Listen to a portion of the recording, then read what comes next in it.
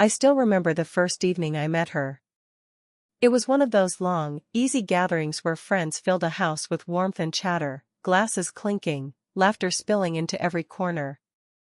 I wasn't expecting anything special that night, just good food, good company, the usual. But then she walked in, and the room seemed to shift. She wasn't the loudest person there, nor the one trying to draw attention, but she carried herself with a calm presence that made people turn their heads anyway. She wore a simple dark dress, one that didn't announce itself but quietly highlighted the way she moved, graceful, deliberate, almost practiced. Her hair fell just past her shoulders, a soft sweep that caught the light when she tilted her head to greet someone. And when she smiled, it wasn't the kind of smile that burned quickly and faded. It lingered, like a thought you weren't ready to let go of. I didn't know right away that she was the lawyer's wife. To me she was simply, her. A woman who seemed comfortable in her skin, yet with something faintly guarded in her eyes. I found myself watching her, but not in the obvious way. More like I was taking mental notes without realizing it, how she tapped her glass lightly with her fingertips as she listened, how she laughed with her whole face, how she stood a little apart from the crowd even while surrounded by it. When we were finally introduced, I was careful not to let my voice give me away. She looked straight at me, and I swear the room softened in that instant. Her handshake was firm but warm, her fingers cool against mine. She held the contact just long enough to feel deliberate. We exchanged the kind of small talk that never stays small when there's undercurrent beneath it. She asked me about my work, my studies, my travels. I asked about her interests, and she deflected with a playful glance, as though she was used to steering conversations away from herself. It was later, standing near the kitchen where fewer people lingered, that she leaned a little closer and lowered her voice. "Careful," she said with a half-smile, "don't break the law tonight." Her words could have meant a dozen different things, but it was the look she gave me that froze the air between us. Mischief sparkled there, subtle but alive. I felt the corner of my mouth lift, slower than usual, almost involuntary. Then, I murmured, just loud enough for her to hear, "Let me break you instead." She blinked, startled at first, but then her lips curved into a smile that was equal parts amused and intrigued. She didn't answer, but she didn't walk away either. And for the rest of the evening, no matter who spoke to her, I noticed her eyes find me across the room, like she hadn't forgotten. That night, I realized I'd met someone who was going to test the edges of my patience, and maybe even the edges of my heart. The party never really grew wild, it wasn't that kind of night. But as hours slipped by, voices rose and fell, people clustered in groups, and the house slowly seemed to split into pockets of conversation. Some drifted toward the back patio, some to the dining table where wine bottles kept being opened. I found myself wandering, more observer than participant, until I noticed her standing alone near the bookshelf, turning a glass slowly in her hand. Something about the way she stood, poised but slightly apart, drew me in.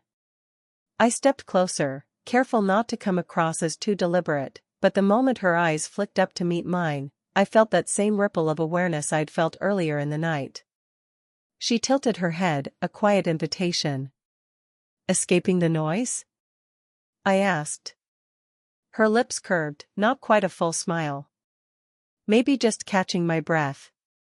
Crowds aren't always my natural habitat." I chuckled softly. "You hide it well." That earned me a sideways glance, sharp but amused. "That's the lawyer's wife training," she said lightly. "You learn to blend in when you need to, and to stand out when it matters." There was a rhythm in the way she spoke, careful but never stiff, playful yet measured. We talked about books at first, her eyes lighting when I mentioned one of her favorites.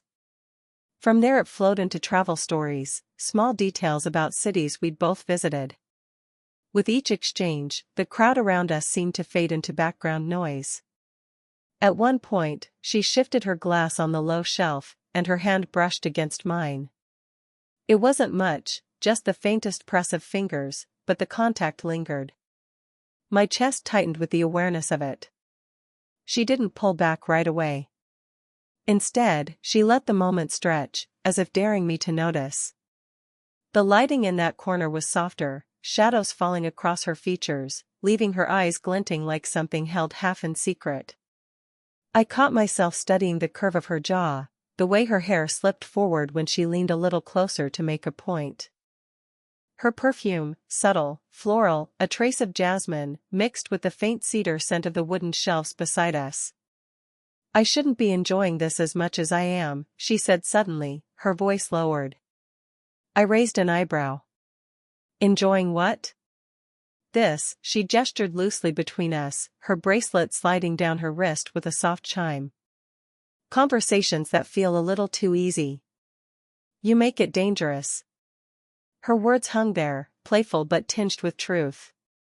I didn't answer right away, I only let my smile tug at the corner of my mouth, slow and deliberate. She noticed.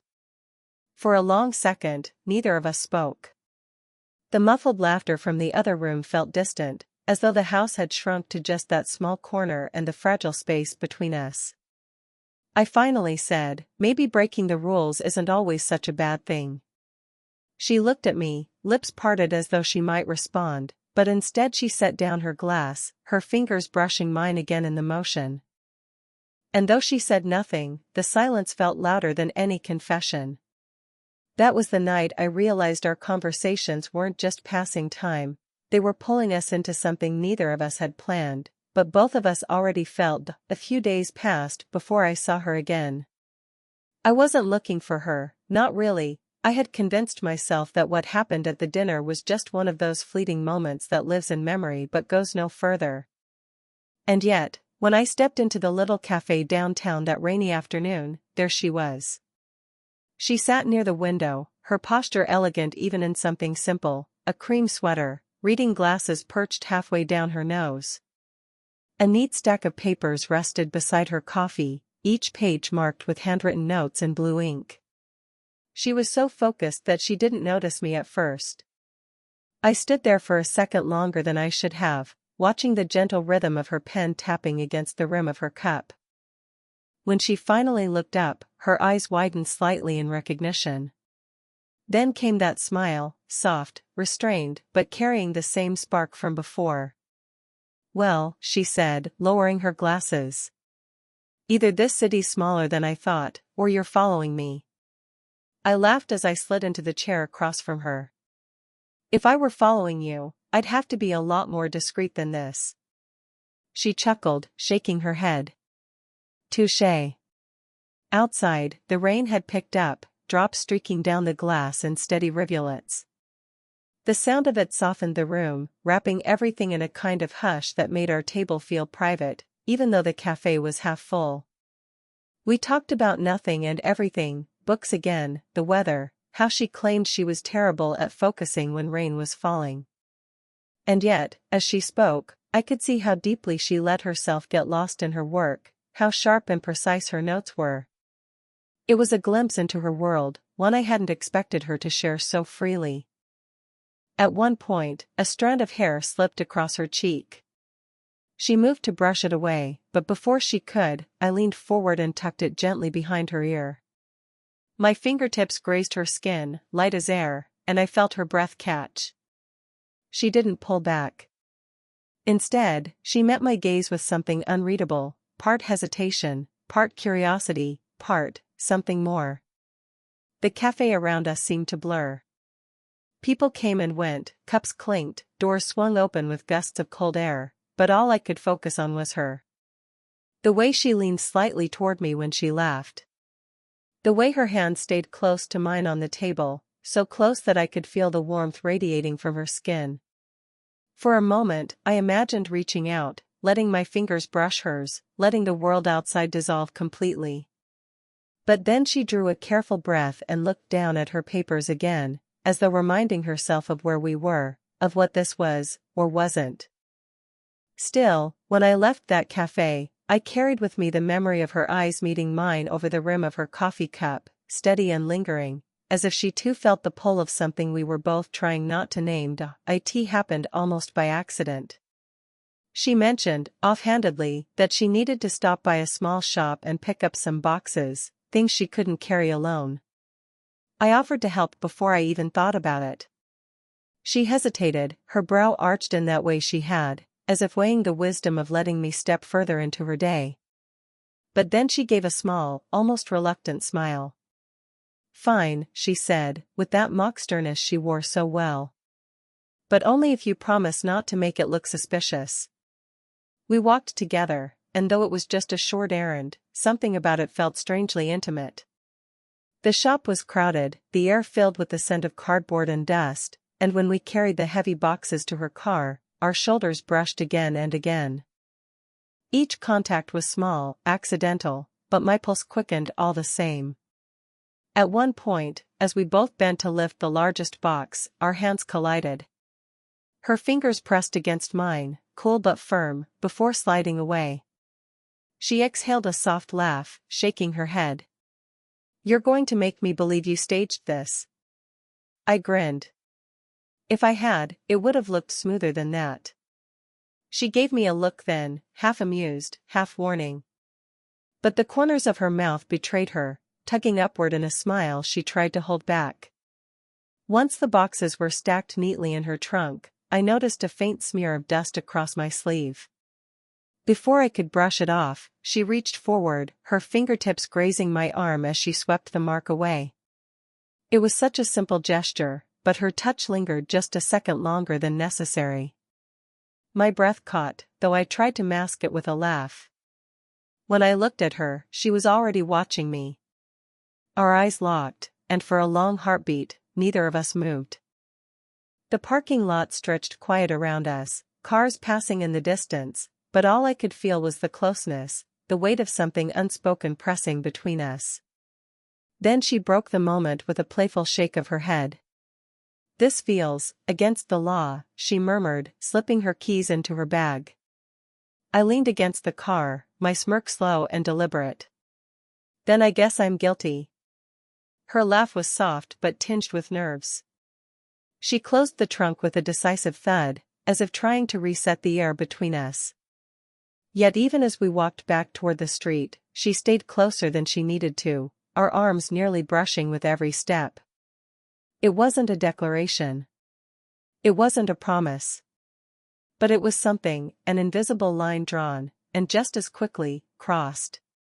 That night, when I replayed it all in my mind, I realized it wasn't the boxes or the errands that stayed with me. It was the warmth of her fingers on my sleeve, the way her eyes lingered just a moment too long, and the unspoken truth that we were no longer standing where we had before. The next time I saw her, it was at another gathering. The house buzzed with laughter, the clink of glasses, music drifting from a speaker tucked in the corner. But I wasn't really part of it. My eyes kept finding her, even when I pretended they weren't. Later that night, I stepped outside for air. The patio was quiet, washed in the glow of a single lantern, the hum of the city softened by distance. And there she was, standing alone, her arms folded loosely, her gaze tilted upward as if she was listening to the stars. For a moment, I simply watched her, how the night breeze teased strands of hair across her cheek, how the curve of her shoulders looked softer under the half-light. Something about the stillness made her seem more real, more vulnerable, than she ever let on indoors. "You always escape the party," I said gently, stepping forward. She turned, startled for just a second, before her expression settled into that familiar, amused calm. "And you always follow." I smiled faintly. "Maybe I just like where you end up." Her lips pressed together, as if to keep the words she wanted to say from slipping free. I moved closer, not enough to crowd her, just enough to feel the cool night air mixing with the warmth radiating off her presence. For a long moment, neither of us spoke. The faint scent of jasmine drifted from the garden nearby, and the sound of distant traffic blurred into nothing. Finally, I exhaled and said what had been sitting on my tongue for days. "I can't stop thinking about you." Her head dipped, her lashes lowering. She gripped her arm a little tighter, as if bracing herself. "You shouldn't say that." "But it's true." My voice was steady, though my chest thudded with nerves. Every time I walk into a room, I look for you. And when I don't see you, I wonder where you are. I don't want to wonder anymore. Her silence was heavy, but it wasn't rejection. I could see her throat tighten as she swallowed, her breath trembling in the cool air. When I reached for her hand, I felt the faintest quiver in her fingers, but she didn't pull away. "You make this sound so easy," she whispered. I shook my head. "It's not easy. It's the hardest thing I've ever said. But I'd regret it more if I stayed quiet." Her eyes lifted to mine, glossy in the lantern light. For a second, I thought she might turn, retreat back into the safety of walls and people. Instead, she let her hand remain in mine, her pulse racing against my palm.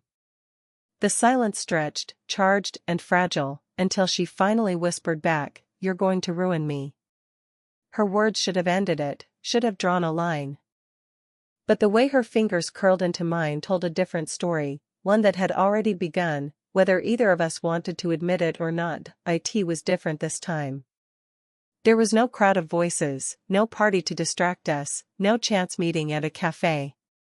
Just her home, quiet and waiting, and the two of us sitting across from each other at her small kitchen table.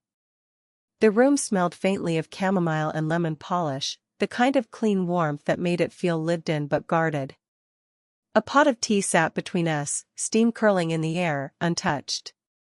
Neither of us seemed ready to drink. She folded her hands in front of her, then unfolded them, her eyes flicking down to the table before meeting mine again. "You shouldn't be here," she whispered. I leaned forward slightly, my voice low. "And yet, here I am. And you let me in." Her lips pressed together, her expression caught between resistance and surrender. "That doesn't mean I should have." Silence settled. The kind that isn't empty but full, of all the words neither of us dared say outright. I let it stretch, then slowly reached across the table. My hand hovered for a second, giving her the choice, before settling gently over hers. Her breath hitched, her pulse jumping beneath my palm. For a moment, she didn't move. Then, with a long exhale, she let her fingers turn, her hand resting in mine. "I don't know what I'm doing," she admitted, her voice breaking slightly. "With you, I feel alive. But I also feel reckless. Like I'm undoing everything I've built." Her honesty hit harder than anything else she could have said. I lifted her hand slowly, pressing a kiss against her knuckles, light, deliberate, a promise more than a question. "You're not undoing anything," I murmured. "You're just remembering what it feels like to want something. To feel something." Her eyes glistened, and for the first time I saw the weight she carried, not just the role of being someone's wife, someone's constant, but the quiet ache of a woman who had set aside parts of herself for too long. She pulled her hand back slightly, only to cover mine with both of hers. "If we keep going, there's no way back." I nodded, holding her gaze. "Then let's not go back."